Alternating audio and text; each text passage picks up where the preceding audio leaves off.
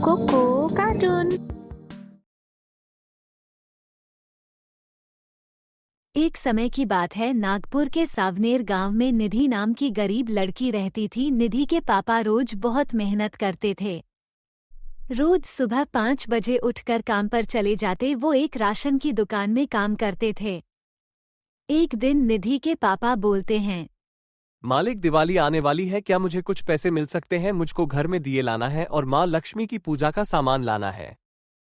नहीं, चल चुपचाप अपना काम कर, बड़ा आया दिवाली मनाने वाला।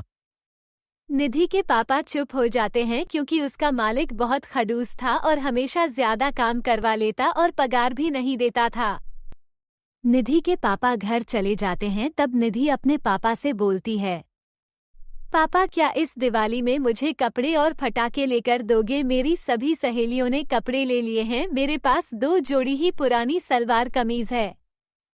निधि के पापा कुछ नहीं बोलते और चुपचाप अंदर कमरे में चले जाते हैं। निधि सोचती है, पापा ने कुछ नहीं कहा, इसका मतलब पापा के पास पैसे नहीं है।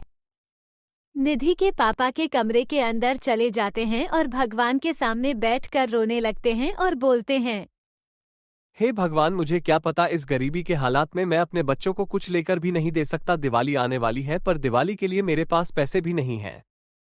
इतना बोलकर रोते हुए निधि के पापा वहीं सो जाते हैं। निधि कमरे में आती है और देखती है उसके पापा सो गए हैं। निधि के आंखों में आंसू आते हैं और वो रोने लगती है। अगले दिन निधि सोचती है, मैं अपने पापा की मदद करूंगी, और निधि एक फटाके के दुकान में काम करने चली जाती है। वो दुकानदार से पूछती है, भैया, क्या मुझे कुछ काम मिल जाएगा? मेरी हालत बहुत खराब है। नहीं बेटा, दुकान में जगह खाली नहीं है। एक काम करो, तुम सामने वाले दुकान पर जाओ, वहां पर तुमको काम मिल जाएगा।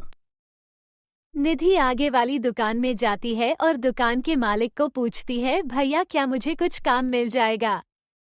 हाँ, साफ सफाई का काम है, क्या तुम कर लोगी? रोज के 2 रुपए दूंगा।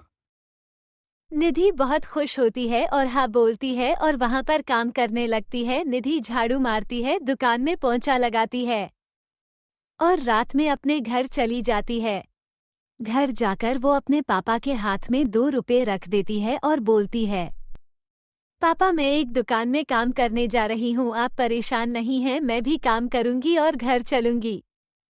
तब निधि के पापा बोलते हैं, नहीं बेटी, तेरी उम्र अभी काम करने की नहीं है, तू बस पढ़े कर, काम मैं कर लूंगा और पैसे का जुगाड़ भी।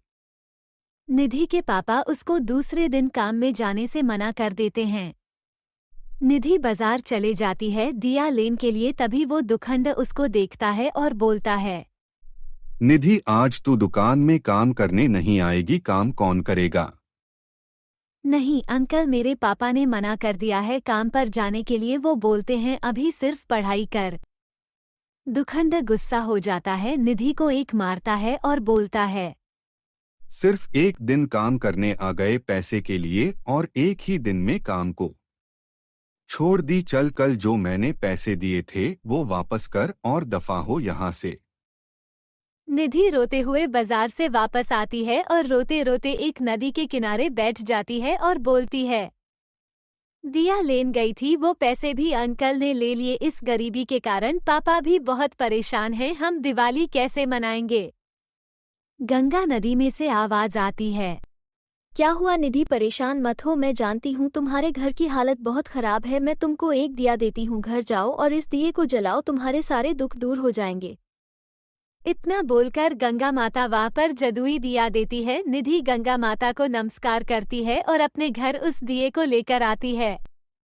उसके घर पर दिया जलाने के लिए तेल भी नहीं रहता और न ही बाती बनाने के लिए कपास रहता है। वो फिर से उदास हो जाती है क्योंकि दिया जलने के लिए भी घर पर कोई सामान उपलब्ध नहीं होता।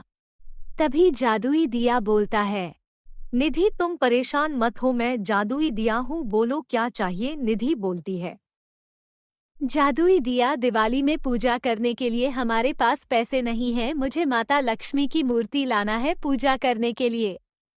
मैं तुम्हारी मदद करूंगा और जादुई दिया उस टेबल पर लक्ष्मी माता की बहुत सुंदर मूर्ति लाता हूँ। निधि बहुत खुश हो जाती है और जादुई दिए से बोलती है, जादुई दिया, मेरे पापा बहुत गरीब है, पापा ये दिवाली बहुत धूमधाम से मनाए। तभी दूसरे दिन निधि के पापा दुकान में काम कर रहे होते हैं, तब उनका खड़ूस मालिक बोलता है।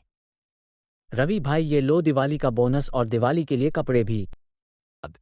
अब तुम घर जाओ, कल दिवाली है और धूमधाम से दिवाली मनाओ। और दिवाली के लिए निधि और निधि के पिता खुशी से दिवाली का त्योहार मनाते हैं, उसकी फ्रेंड भी।